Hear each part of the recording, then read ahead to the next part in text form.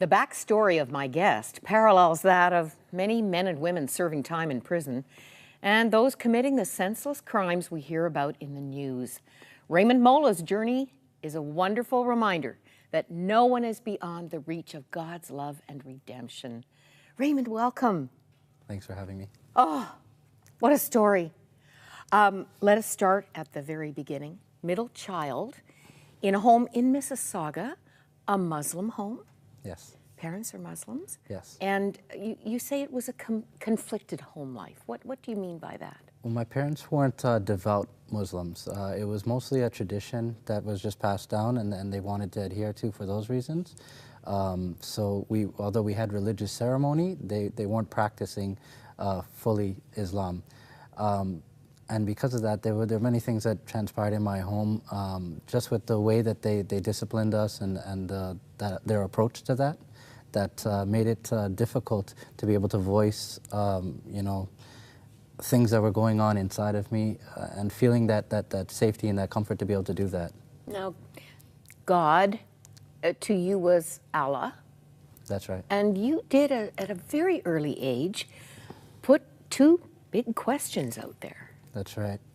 I came to this place where I was just not sure anymore that Allah could be God, and so I said, if you're real, if you really exist out there, and you're gonna have to make yourself known to me.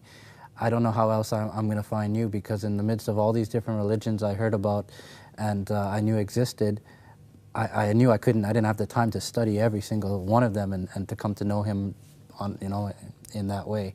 So I was asking him really to reveal himself to me. And a concern about hell. That's right. Must have heard about that somewhere. Absolutely.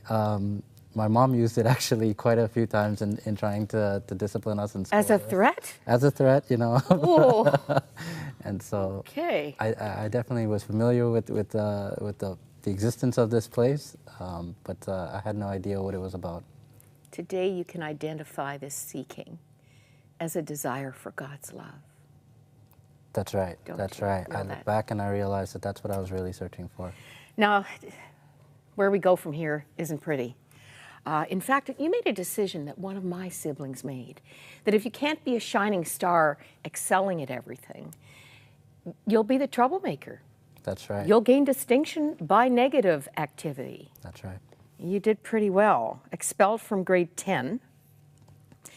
Diverse criminal record, drugs, alcohol. At age 16, you were in provincial jail for auto theft. Yes. Should we go right to December 2004? Sure. Am I going too far, too fast? No, that's fine. You stabbed a man 9 times in the chest. That's right. Thank God he lived. By the grace of God, yes, absolutely. What was that about, Raymond? It was a culmination of things. By this point in my life, I was already so far away from Islam and not even trying to adhere to those teachings that I was brought up with. I was living a very rebellious life. Like you mentioned, that by 16 I had already served time inside a provincial jail, and I was getting to this place where I was giving up on life. I didn't have a concern for myself, and therefore not for others either. And this just happened to be kind of an evening where all these things worked together. There was alcohol, I was intoxicated, there was an event where someone caused an offense that I acted on, and it ended up almost leading to him losing his life. Aggravated assault instead of murder charge. And prison time, 6 months, which was the minimum, I understand. 2 years. 2 years was the sentence, sorry. Did you serve only 6? No. I got confused.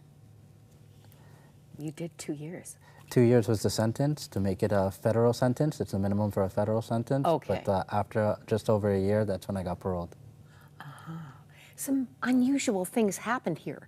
You had a job, an IT job, where you were behaving irresponsibly on company time and with company materials. Yeah. And yet you discovered in the midst of this very complex chapter that your boss was very gracious with you. This was something I was experiencing again and again throughout my life, where I would almost get these opportunities to experience the grace, but never knowing. I don't think I even knew that term back then about unmerited favor, but yet I continued to see it throughout my life. I know I didn't deserve, even being a high school dropout, this position I was given, and then the opportunities that came through that, but I continually saw this, and it made me question, like, is there someone orchestrating the things behind my life? Because how is this possible? How could this happen? I think of those requests sent heavenward as just a young boy, 10-year-old. God was answering. Yeah. And yet you had a built-in self-destruct. You would not allow yourself to succeed. And that's a tragic consequence of the things we absorb in a difficult childhood. Definitely. But at the same time, I think that as much as I tried to succeed, I was aiming for perfection. And again, I felt like I fell short of that. And so it was always that decision I made in any of those opportunities to, I can't be the best at this, so, you know, why not just go the opposite way? Now, this former employer, whose surprising endorsement of you, which was a real stretch, I won't get into some of the things you were up to, it's in the book. What did that allow you to do Actually, as an ex-con? It gave me the opportunity, first of all, to have an extensive period before serving my sentence while I was out on bail, because it gave me the opportunity to go to college, something that I never anticipated I would ever do. I don't even think my family thought I was ever going to go to college. And so because of this, this particular thing that he wrote on my release form, it gave me the opportunity to go get funding as well as the opportunity to go to college to pursue network specialist program. Somewhere in this season of your life, a cousin who is a Christian took you to church. That's right. That was an eye-opening experience. Yeah. They've actually been such a shining example to my faith since I came to know Christ, of going in and reaching out to people that nobody else wanted to reach to, because that's where I felt like I was in that particular part of my life. A lot of people were drawing away from me. I was on charge for this heinous crime, and they came to me and came offering hope, really, and invited me out to church. And learning about the sinfulness of man. Now, you wouldn't think that would be the message you'd be excited about.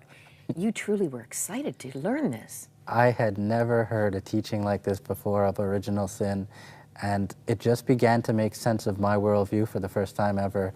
I was able to see how this is inherent in everyone, even though it may be in different ways, but it was definitely there, and it was something I could identify that I was hearing the truth.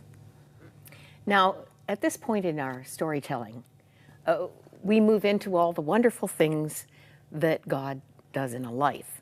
That is not your story. In fact, it went the other way.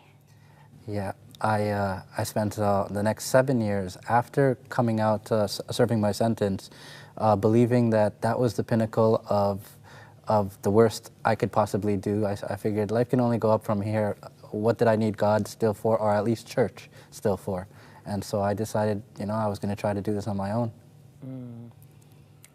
2007, you were out on parole. That's right.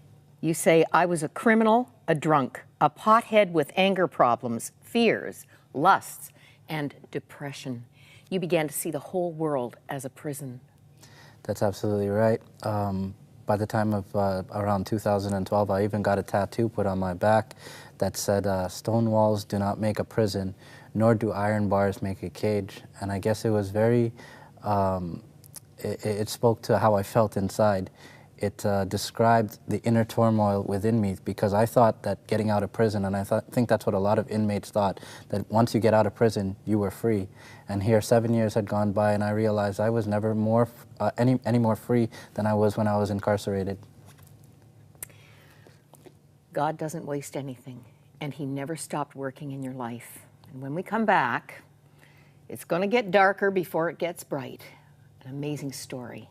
Raymond isn't leaving. Don't you leave either. Raymond Mowla found his story in the Bible. Yeah. Psalm 73, verses 21 to 24. When my heart was grieved and my spirit embittered, I was senseless and ignorant. I was a brute beast before you. Yet I am always with you. You hold me by my right hand. You guide me with your counsel, and afterward you will take me into glory.